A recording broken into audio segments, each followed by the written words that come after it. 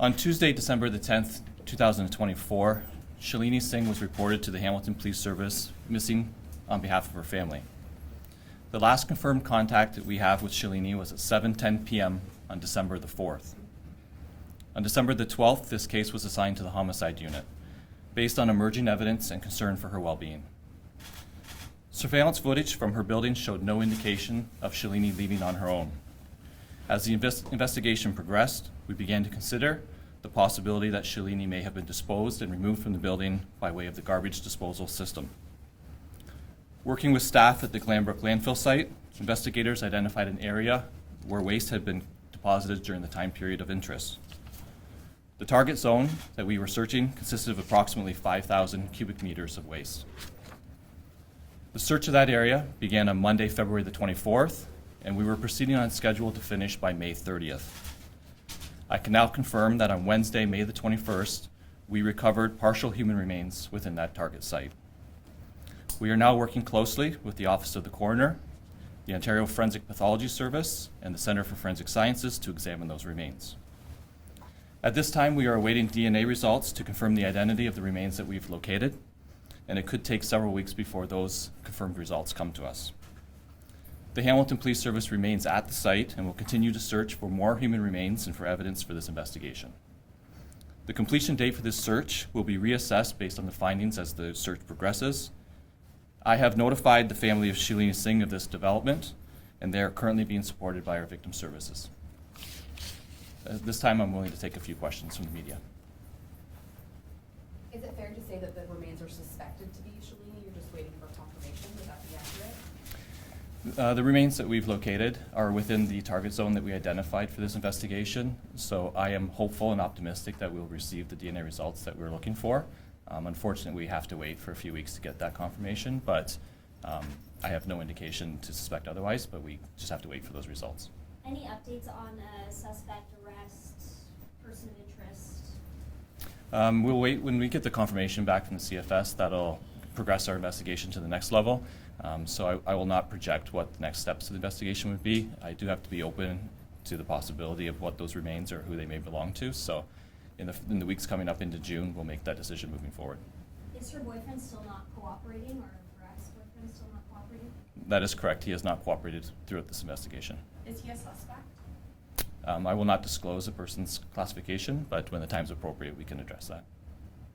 Are there any other suspects or persons of interest in the case that you're looking at? Again, I'm not going to expose the investigation at this stage. I think it would be inappropriate for me to forecast that, and we traditionally don't identify suspects through our media releases. When charges are laid, that would be the appropriate time to identify people. Sure, but I guess I'm asking you if you believe that more than one person was involved in her death or the disposal of her body. I have no information to suggest multiple people are involved. Have police been able to get into her apartment or look inside the building? Yes, in the early stages of this investigation, we wrote search warrants and we searched the residence that they cohabited with, and also searched 2 vehicles that belonged to them, and seized several items that we believe are relevant to the investigation. It is true that you believe that she was killed in her apartment and then disposed? That is our working theory, yes.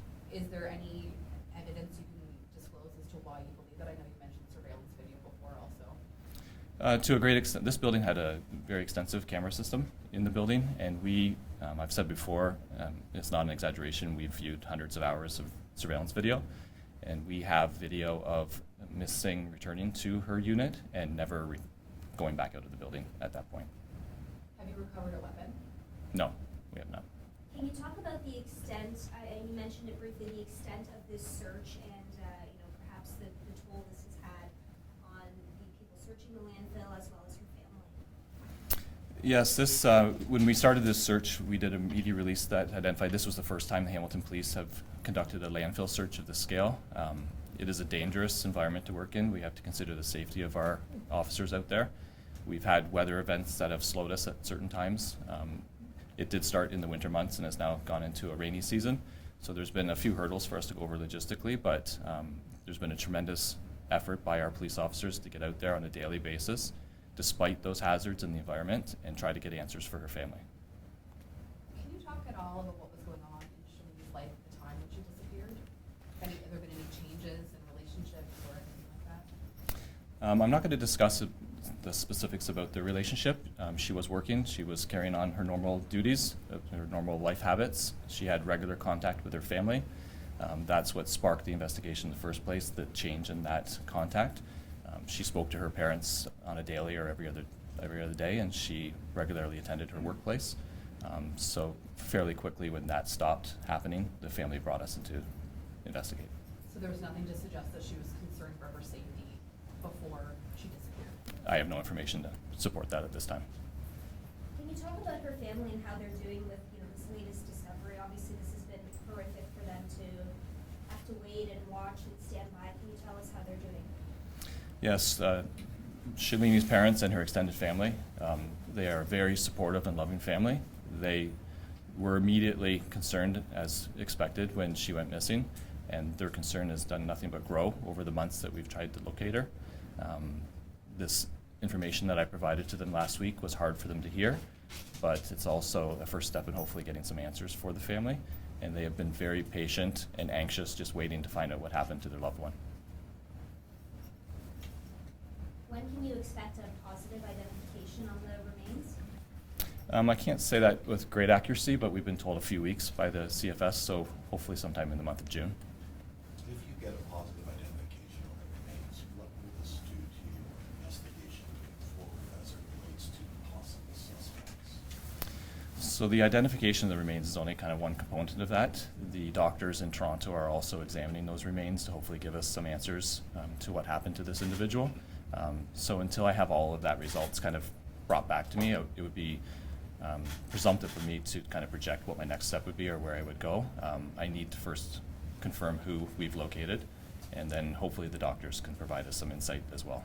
I guess the concern would be if you have possible suspects remaining in the jurisdiction, how do you handle that? That is something that we have to, it's a risk management that we have to go through in our investigations.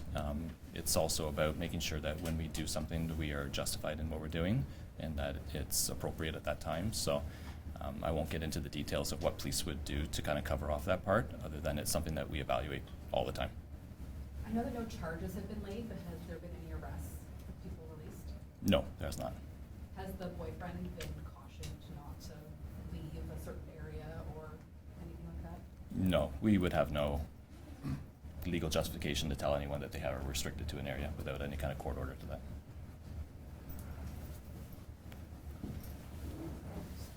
Okay. Thank you very much, and that'll conclude our press conference for today.